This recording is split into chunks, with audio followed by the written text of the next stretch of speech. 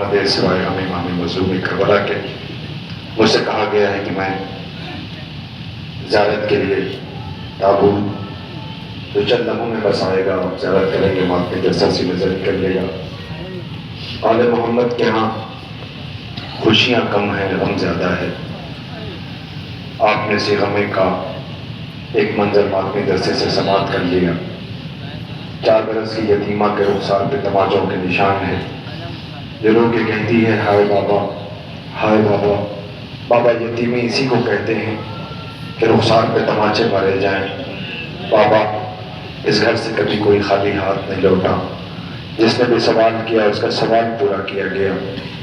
عزیزوں، پیغمبر اکرم صلی اللہ علیہ وآلہ وسلم جس گھر میں، جس دہلیز پر سلام کرنے آتے تھے، اس گھر پہ آگ و لکڑیاں لائی گئی، اس گھر کو جلایا گیا، بطول کی پسلیاں ٹوٹیں، سسکیاں لے کے کہتی تھی بابا آپ کے بعد امت نے وہ ظلم کیا ہے کہ اگر دن پر پڑتے تو رات کی طرح سیاہ ہو جاتے، بابا اگر پہاڑوں پہ پڑتے تو پہاڑ سنگریزہ ہو جاتے، بابا آپ کی بیٹی کو ستایا گیا۔ عزیزوں، پسلیاں ٹوٹی۔ میں کہتا ہوں پھر آپ سے کہ اس گھر میں خوشیاں کم ہیں، غم زیادہ ہے۔ کوئی ایسا جنازہ دیکھا آپ نے جو رات کی تاریکی میں نکلا ہو، چھوٹے چھوٹے بچے اس جنازے پہ رو رہے ہوں، وہ بھی کھل کے نہ رو سکیں؟ بیٹی سسکیاں لے رہی تھی، ایک بہادر نے بازو کو پکڑا تھا تو اس کی سسکیاں ہچکیوں میں بدل گئی تھی۔ وہ جس کے بازو پکڑے تھے اس کا نام زینب ہے، اور جس نے بازو پکڑا تھا اس کا نام علی ہے۔ عزیزوں، بیٹی اپنی ماں کا غم کر رہی تھی کہ تاریخ کہتی ہے آقا امیر المومنین کے سر پہ ضربت لگی، اور بیٹیوں نے باپ کا ماتم کرنا شروع کیا۔ بیٹیاں باپ کا غم نہ بھول پائی تھیں کہ بھائی حسن کو زہر دے دیا گیا، بھائی کے جگر کے ٹکڑے گرنے لگے۔ بہنیں واہ محمدہ واہ علیہ کے نعرے بلند کر رہی تھیں۔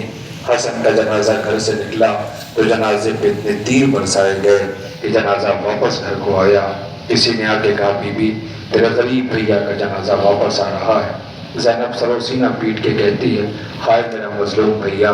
ابھی تو زینب بھیا حسن کا غم نہ بھول پائی تھی کہ مقتل میں بھائی کے لاشے کے قریب کھڑی کہہ رہی تھی کیا تو ہی میرا بھائی حسین ہے کہ جس کا لاش پہ اتنے تیر اور اتنے زخم تھے کہ بھائی خون میں نہایا ہوا تھا؟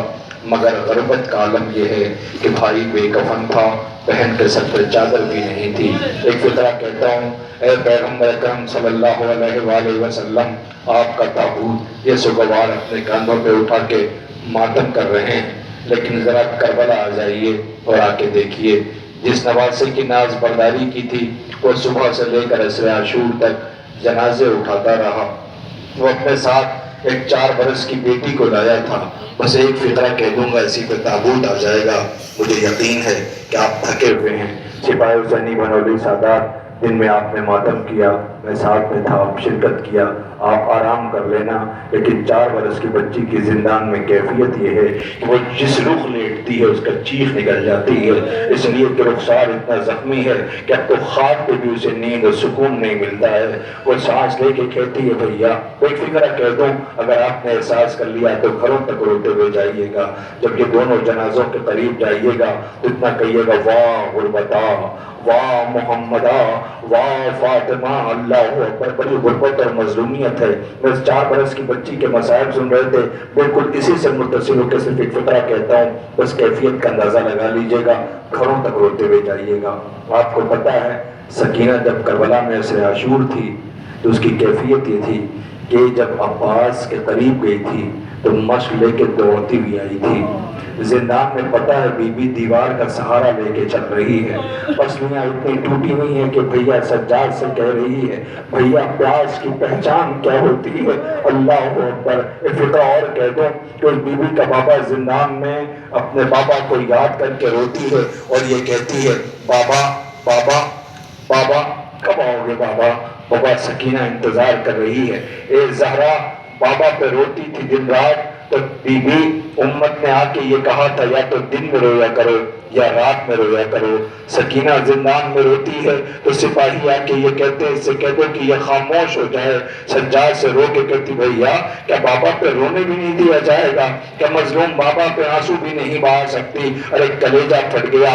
لو آپ کے سامنے آل محمد اور پیغمبر اکرم کا جنازہ آ رہا ہے، آپ تعظیم کے لیے کھڑے ہو جائیے اور آواز دیے، اے پیغمبر اکرم جس گھر کی ناز برداری کی تھی، آپ جس دہلیز پہ سلام کرنے جاتے تھے، آپ کی رحلت کے بعد اس گھر پہ آپ لکڑیاں لائی گئیں، آج یہ ماتمی دستہ اسی اجڑے ہوئے تارات چمن کا ماتم کر رہا ہے۔ لیجیے عدم مبارک آ گیا، تابوت آ گیا، ماتم کیجیے، سر و سینہ پیٹیے۔ اے حسین ابن علی، کائنات میں ایسا غریب نہ دیکھا جیسی غربت کا عالم آپ کے ساتھ ہے۔ اللہ بیٹوں کے جنازے اٹھائے، کسی نے افسوس ظاہر نہ کیا، بھائی کے بازو اٹھائے، کسی نے افسوس ظاہر نہ کیا۔ 4 برس کی بچی ہو کے کہتی تھی نیند آئے گی جب آپ کی بو پاؤں گی بابا، میں رات کو مقتل میں چلی آؤں گی بابا۔ اللہ اکبر۔ ایک زہرا جس کی پسلیاں ٹوٹی تھی، ایک زہرا 4 برس کی جو زندان میں ضعیفہ نظر آنے لگی۔ لیجیے تابوت زیارت کے لیے لایا گیا ہے۔ آقا حسن کے جگر کے ٹکڑے تھے، حسین کی لاش کے ٹکڑے کیے گئے۔ ہائے پیغمبر اکرم، امت نے کیا خوب اجر رسالت ادا کیا ہے۔ جس گھر پہ آپ سلام کرنے آتے تھے اس گھر سے جنازوں کا سلسلہ ہے، مگر کوئی جنازہ اس گھر سے شان سے نہ نکل سکا۔ یہی وجہ تھی نواسی جب لوٹ کے آئی ہے تو نانا سے کہتی ہے، اے نانا بچ گئی شریعت، اے نانا بچ گیا دین، اے نانا بچ گیا اسلام، مگر اے نانا نواسی سے پوچھو گے نہیں کہ نواسی لوٹ کے آئی ہے تو ساتھ کیا لائی ہے؟ اے نانا جب کوئی پردیسی لوٹ کے آتا ہے تو تحفہ لے کے آتا ہے، زینب بھی اپنے ساتھ تحفہ لائی ہے۔ اے نانا نامحرموں کا مجمع نہ ہوتا تو زینب دکھاتی تازیانوں کے نشان ہیں، رسم کے نشان ہیں۔ اے نانا میں لائی ہوں تحفہ۔ زینب نے اپنے پاس سے خون آلود کرتا نکالا، نانا کی تربت پہ رکھ دیا، تربت نبی لرزنے لگی۔ آواز دی زینب ہٹا لے اس کرتے کو، آواز دی زینب نے، اے نانا جس نواسے کو پیار کیا اس کا کرتا دیکھا نہ گیا، میں چند قدم کے فاصلے پہ تھی، میرا بھیا پیاسا ذبح کیا جا رہا تھا، میں ایک ایک کو آواز دیتی رہی، میرا بھیا غریب ہے، پیاسا ہے، مظلوم ہے، غریب الوطن ہے، صبح سے لاشیں اٹھا چکا ہے، میرے بھیا پہ رحم کھا، ماں نے چکیاں پیس کے پالا ہے۔ اللہ اکبر۔ پنجتن کی آخری فرد کربلا میں تھی جسے رلا رلا کے شہید کر دیا گیا۔ اے رونے والوں میں ایک فقرہ کہہ دوں، اس کے بعد ماتمی دستے سے گزارش کروں گا، رہے جو اگلے برس ہم ہیں اور یہ غم پھر ہے، جو چل بسے تو یہ اپنا سلام آخر ہے۔ ایک الوداعی ماتم کر لینا، بہت روئے ہو، بہت ماتم کیا ہے، تھک گئے ہوگے، جاؤ جا کے آرام کر لینا، مگر علی کی بیٹیوں کو آرام نہیں ملا۔ بازاروں میں بے غیرتوں کے مجمع میں گھنٹوں کھڑی رکھی گئی ہیں، پنجوں کے بل سکینہ کھڑی رہتی تھی۔ بی بی کو غش آیا، میں ایک فقرہ کہہ دو اور اس کے بعد ماتمی دستہ سینہ زنی کرے گا۔